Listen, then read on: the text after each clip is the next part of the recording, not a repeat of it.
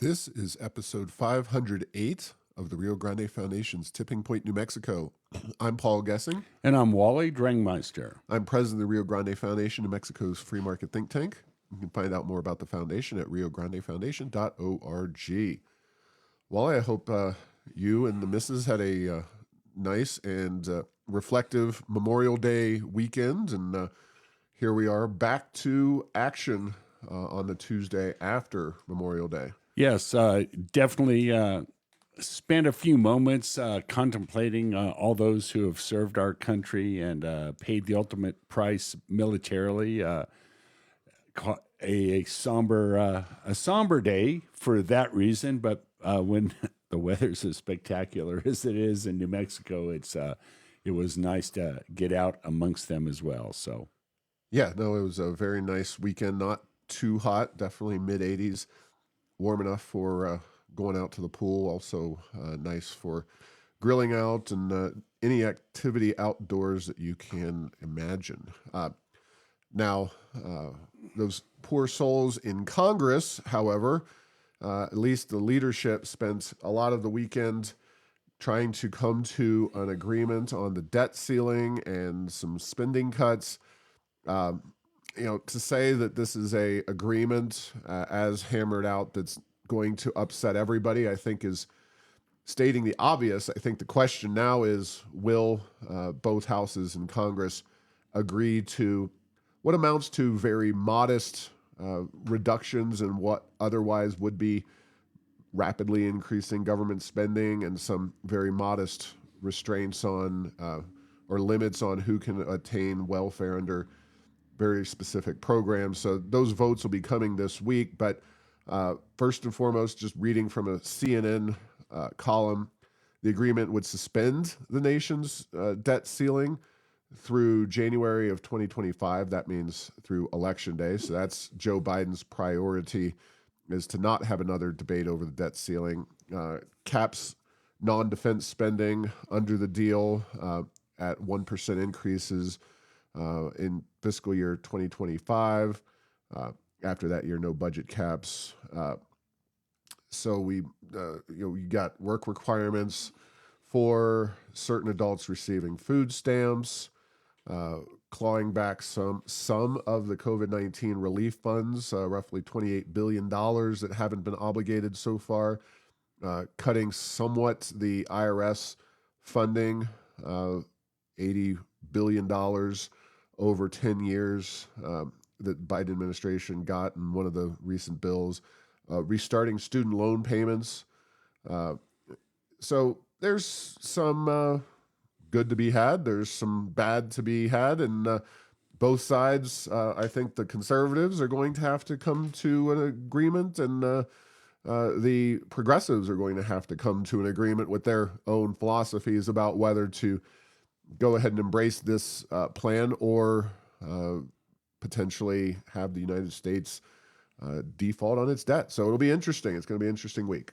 yes, absolutely, Paul. And the fact that they got a few concessions out of the Republicans, that all well and good, but in the big scheme, we're still suffering from the Inflation Reduction Act driving inflation crazy, and this is not going to be a true Inflation Reduction Act. That can is yet kicked down the road for a future time.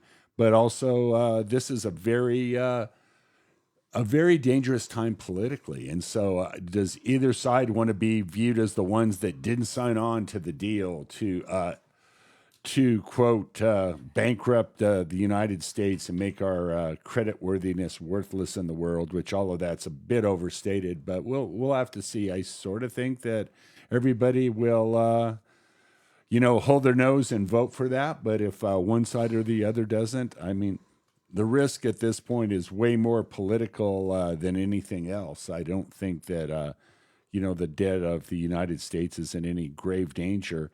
And I say that not by its absolute strength, but relative to any other currency in the world and the creditworthiness of any other sovereign nation. So we'll see what happens. I have a feeling this will get done. And maybe without a little bit more screaming from one side or both. Yeah, it will be interesting to see both if this bill or some, if it happens, and if it doesn't, which party is going to kind of get the blame for it. It's a lot of interesting thoughts and decisions to be made out of this crisis. So, all right, well, moving on to more New Mexico focused news. Virgin Galactic had a successful final test flight from the spaceport. And simultaneously, I was watching at that same time, the stock price for Virgin Galactic was plummeting while their spacecraft was soaring. So kind of a interesting metaphor there. So congratulations to Virgin Galactic for a safe flight out of Spaceport America. I'm not sure exactly why their stock plummeted by more than 8%. And that's a stock that's plummeted by a lot in recent months and over the last year or so. A Motley Fool article did get released that day, probably simultaneously, generating interest in Virgin Galactic. And the article, they noted that Virgin Galactic will burn through between $370 and $400 million in cash through the end of 2023, leaving it with at most $504 million at the start of 2024. If the company manages to fly more frequently than once every other week next year, that might be enough cash to last Virgin Galactic through the end of 2024. But if it can't, it won't. So that's the stuff of stock markets discussion and price declines, regardless of having a successful test flight. So it's really getting down to brass tacks over there at Virgin Galactic. So congratulations on the flight. Now, here you go. Go every 2 weeks. Yeah, and if you can't go every 2 weeks, I don't know. I think it might be ugly. And, with regard to the stock, talk about bitter irony. You're having a success for the day and your stock price goes down. But keep in mind, there may have been people that were had a big enough holding, and that's not a widely traded stock. So Right. if you sell too much too quickly, they're like, hey, this may be the best time to get out while the getting's good, right? While something good's happening. But again, that's just speculation. But the point is that they've proven at some level that they can do what they need to do from a technological point of view, but whether they can repeat that enough to turn that into a business under its current airframe and all the mods that have been made, that's the big question. And hopefully that will be the case, being that we live in New Mexico, the investor of the spaceport that's put a lot of public money in that project as well. Yeah, and that's really the relevant factor here is we don't just track random publicly traded companies and their stock prices. The selling point all along was that New Mexico taxpayers should pony up hundreds of millions of dollars to build this spaceport specifically for Virgin Galactic and Richard Branson and his company, and that they were going to launch manned space tourism flights, having paid customers coming to New Mexico, spending their money. So they're almost to first base, if you will, which is getting the technology squared away to launch those flights. Now they're going to have to ramp up their regular service. They're going to have to find additional customers, et cetera. So we're just getting started, perhaps, or as Motley Fool points out, we could be nearing an end game in terms of the financials with Virgin Galactic. So things are getting more and more interesting over there. And of course, they'll have, hopefully, their first paid customers from the Italian Air Force launching in late June. And, after a near 2-year layoff, getting 2 flights within a couple of months going will be enough of a challenge right there. So time will tell. All right. Albuquerque Public Schools finalized their budget, and it is a doozy, Wally. $2.16 billion is what APS will spend in the next fiscal year. That is allocated over 68,902 students in APS. If you divide that 2.16 billion up, you get by the 68,902, you get $31,349 per student. Now, that is a massive number. I think the good news is, from a RGF messaging perspective, is that more media outlets than before have been talking about this and highlighting the massive amount of spending. It's certainly generated a lot of attention on social media. It's worth noting that the APS student population continues to plummet, and why that's happening we can discuss in a minute. But this is an increase of 69% per student spending since just the fiscal year 2000, so a very brief amount of time, driven by oil and gas money flowing into the state. So rising budgets amid declining student population, down about 20% over the last decade. It has been a flood of money and a flood of students out of the system, and not just leaving the state, leaving APS, but also declining, population numbers of young people. So that those factors all combine to just this massive quantity of money being spent per student coming up in the next fiscal year. Yeah, Paul, and the big issue that we largely focus on is yes, what are they spending, but then what are they getting? And so with record spending per student, if some progress isn't made with regard to educational attainment, then what is really going to happen? And so, as you said, this is getting more media attention. You've been talking about these issues, as have a few others, for many years, with regard to education in New Mexico. But this is getting to be more of a mainstream issue. And then, if you look at the demographics of New Mexico, particularly the situation we have here, where a lot of our population is aging. There's a lot of people moving out of the state, particularly in the younger workforce area. It's one of those things. Bureaucracies don't change their course very well, and so those that are used to having ever increasing numbers of students like APS and ever increasing amounts of money sometimes very much struggle once things go the other way. But there's they have a lot of challenges in front of them, but the one thing that they're not lacking on is money to get through this. And are they going to get through this and get education better in New Mexico, or at least in Albuquerque? It remains to be seen. Yeah, and amazingly enough, the news articles in the district still talks about deficits, and we're having to tap into our our reserve funds. It blows my mind. Now,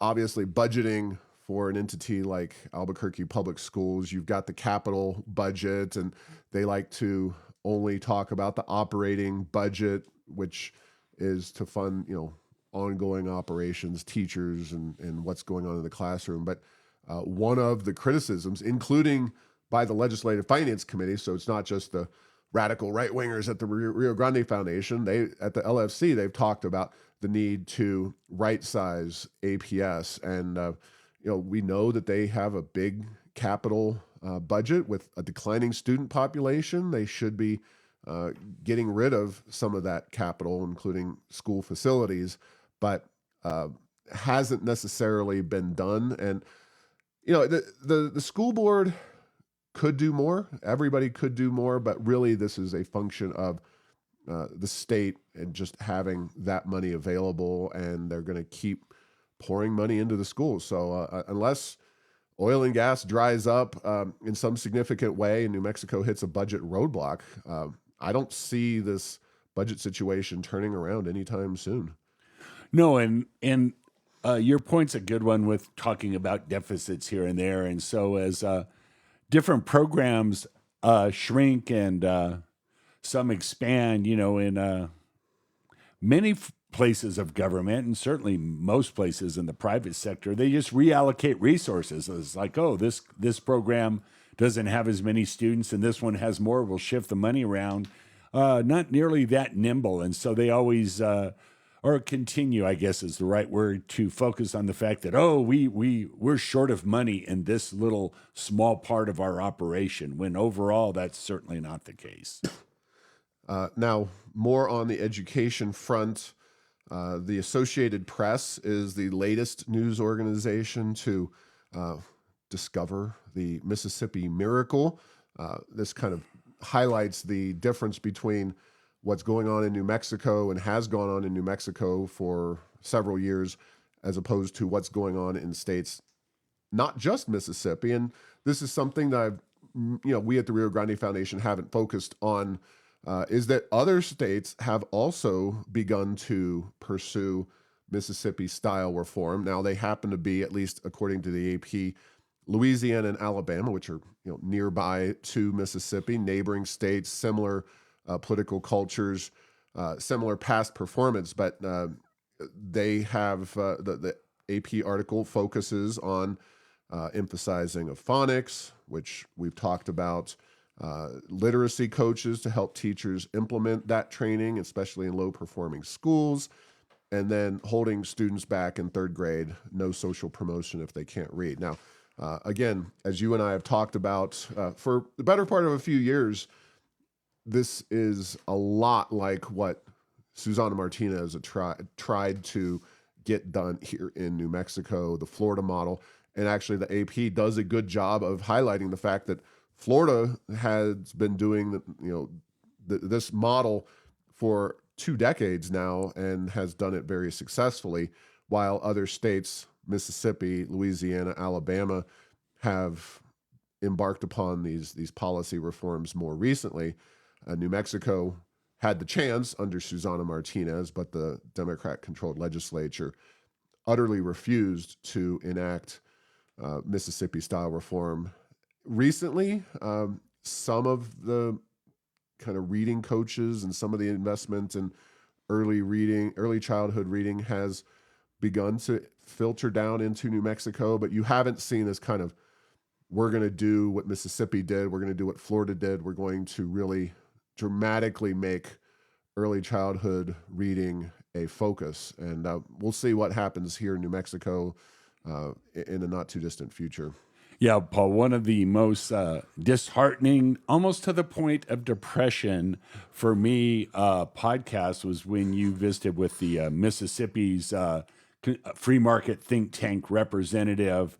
And unbeknownst to me, and I think not even fully beknownst to you at that time, he talked about these series of education reforms that Mississippi had done and how well they were working. And it's like, oh, where have we heard this before? This was the Susana Martinez, Hannah Scandera plan that was fought tooth and nail by the teachers union and their supporters in the legislature.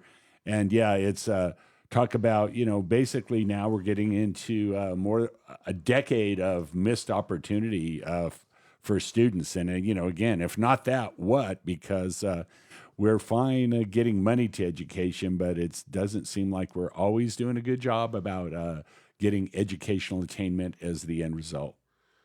Yeah, and just a reminder that the latest data for the state that we've been able to find was that New Mexico as a state was about $15,000 per student spending in K-12. Mississippi, alongside Arizona, were on the order of $10,000 per student. And, obviously the APS numbers are brand new. Those won't make their way into some of these national data sets for a year or two. So it'll all be retrospective. But we know that, at least for the time being, New Mexico is going to continue as a state pouring more and more money into education. We talked about Santa Fe a few weeks ago. That's obviously just one of, I think 89 districts across the state. But some of those bigger districts are going to dramatically influence the overall numbers that we see when it comes to per pupil spending. And while we don't calculate it the same, the fact is that we know New Mexico is dramatically increasing education spending because everything else is being increased based on the oil and gas money flowing into New Mexico. Whether that will result in better outcomes next time the NAEP test rolls around, well, we will not have those data in hand until the fall of 2024, presumably sometime in the waning days before the election, as they were released this year. I don't know how they'll release them because, of course, that was impacted by the COVID pandemic. But all things status quo, we should have that data from the NAEP test sometime in the fall of 2024. So. Yeah, and then just, quick follow-up on the COVID impacted, the timings impacted of those NAEP tests, but also New Mexico having one of the most shut down to in-person learning of almost any state. You can't, it would be a miracle, frankly, if those 2024 data, when they come out, if that was a big improvement in New Mexico, because we were not making a lot of progress anyway. And then, we didn't spend much time in the classroom during the COVID era. Yeah. So another education-related story comes to us from the Santa Fe New Mexican. This is a new report from a national organization, the Early Education Research State of Preschool 2022 Yearbook. Now, Wally, one of my favorite things, and I say that somewhat honestly, it's something that I enjoy but get tired of, quite honestly, because the media likes to say things that aren't necessarily true when it comes to various policies, especially when you have an interested organization like this Early Education Research report that looks at the supposed outcomes of programs, when in reality, what they're looking at is the inputs to those programs. And they're saying, well, this is, and a direct quote is, the early childhood programs in New Mexico are, quote, a rare bright spot in New Mexico's education system. Well, that's all well and good, but what does that bright spot consist of? Is it student outcomes? No, they don't even look at student outcomes. And that is the problem that we have, because theoretically, we should be looking at student outcomes in New Mexico and whether programs like preschool, taxpayer-funded preschool, really move the needle. It's worth noting, and I didn't realize this, New Mexico started spending tax dollars on pre-K back in the 05-06 school year, which for 3 and 4-year-olds, you do the math, these are kids that probably are graduating college if they're going to college and that kind of thing. So we should have data sets from these young kids who started off way back in the day and showing whether they've got long-term improvements in their outcomes. And you would think that you create a new government program over time, you study. Nah, come on. This is just, we're pouring money into it. So what are the big data points that they use in this report? How many kids in the state are enrolled? How much spending is happening? And you do have some things like, well, does the teacher have a degree? Do they have training? Professional development, class size, staff to child ratio. Again, absolutely zero academic or otherwise results. And, if you look at just the NAEP scores, you're talking 4th and 8th grade students in the NAEP scores. Those pre-K programs have grown and grown and grown. We shouldn't be coming in dead last in those reports, right, by definition, if pre-K is having the impact that they claim it is. Well, and as you said, we have some data, and as I recall, in the 05-06 when this started out, it wasn't everywhere. So we definitely have, the makings of a natural experiment, meaning you can track the students that had this program and the ones that didn't, and actually see, okay, did it work? Did it help? And if so, by how much? But, and when anything is like the Early Education Research Organization, you might as well, in general, just add supporter of. It's one of those. Right. They're not looking for improvement opportunities, much less criticism if something's not working right in general, these organizations. And this is not, it's not atypical, that's for sure. Yeah. Sadly, the reporters, and this was a story in the New Mexican, of course, the headline was report shows New Mexico's improvements in early childhood education. Well, not so much. It highlights that we're spending more money on early childhood education. Hooray, hooray. That's great news. Yeah, it does seem like certain ideological viewpoints receive very uncritical coverage in the media, whereas other viewpoints are much more closely inspected, and there's a much more pro and con oriented approach there with other analyses and other data.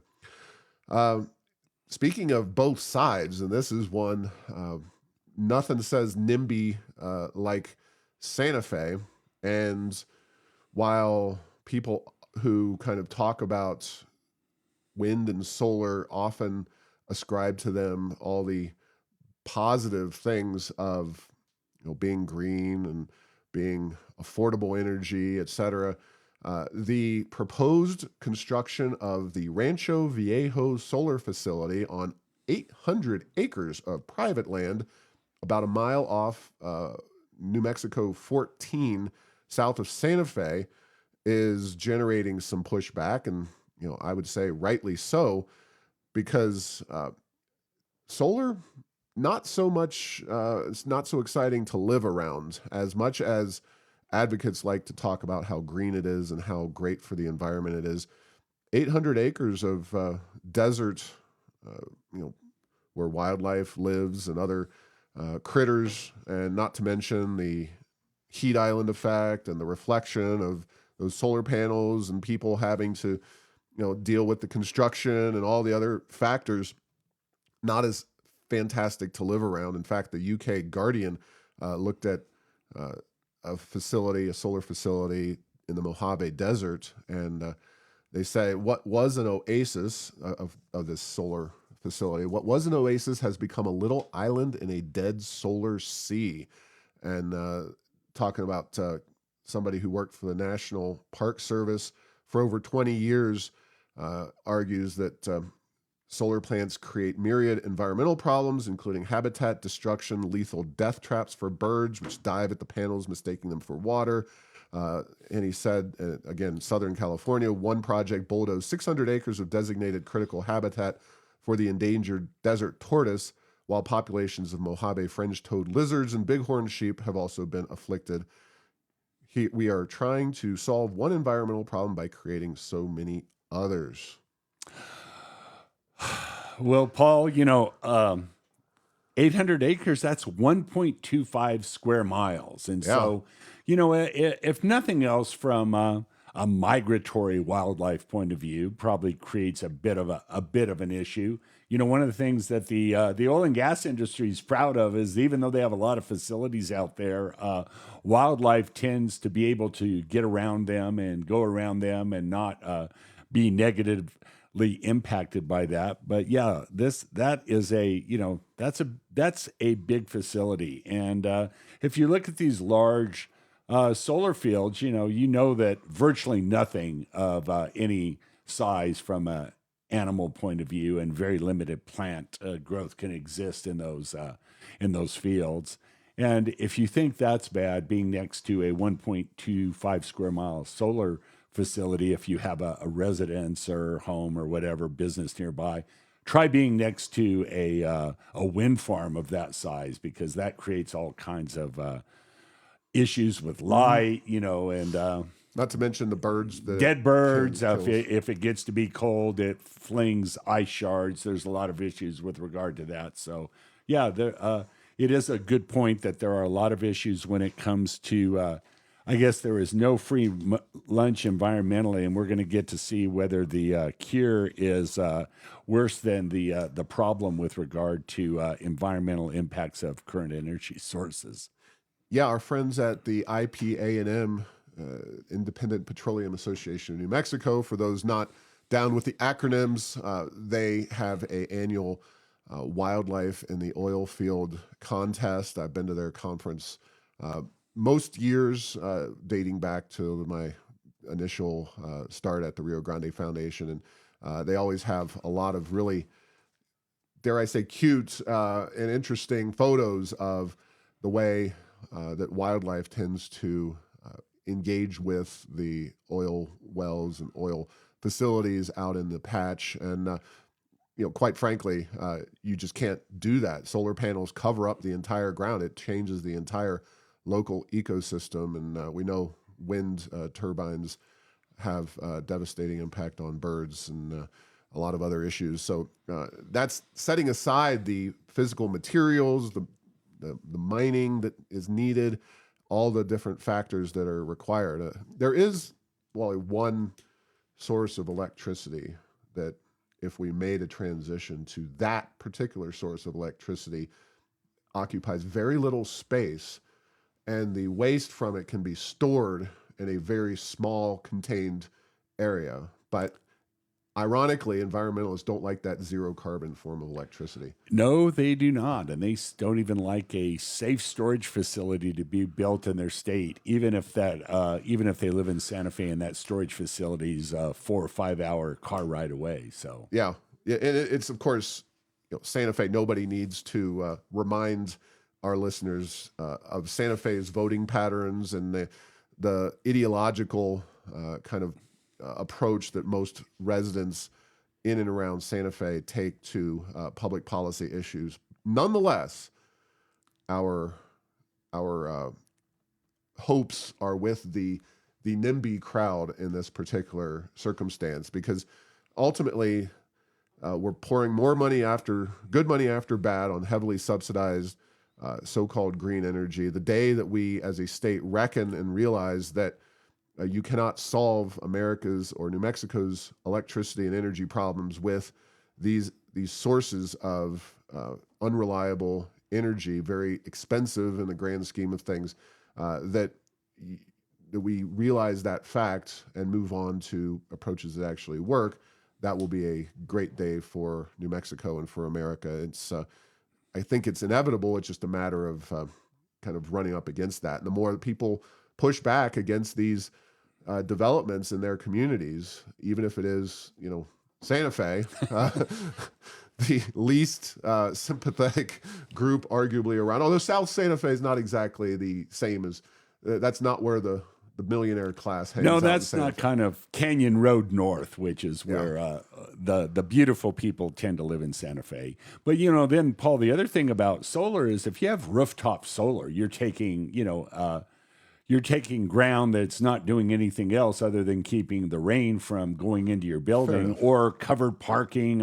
You have a situation with a large parking lot. You put solar panels that end up making in the sun parking, covered parking. That's very efficient. That's getting a double bang for your buck in terms of land use. But when you take virgin or somewhat virgin land and blade off 800 acres of it, 1.25 square miles, probably going to have a little more impact and not all be good.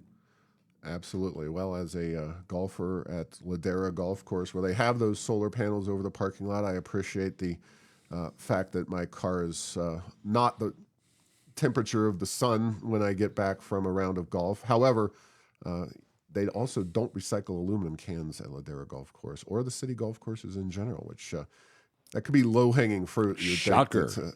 You'd think that they would embark upon that kind of process. But anyway, we'll leave it there. Thanks for listening to this week's episode. Find all episodes at tippingpointsnm.com or at the Rio Grande Foundation's YouTube channel. Subscribe to this show at Apple, Stitcher, or tell Google Home to play Tipping Point New Mexico. Thanks to Path 3 Marketing for producing this show.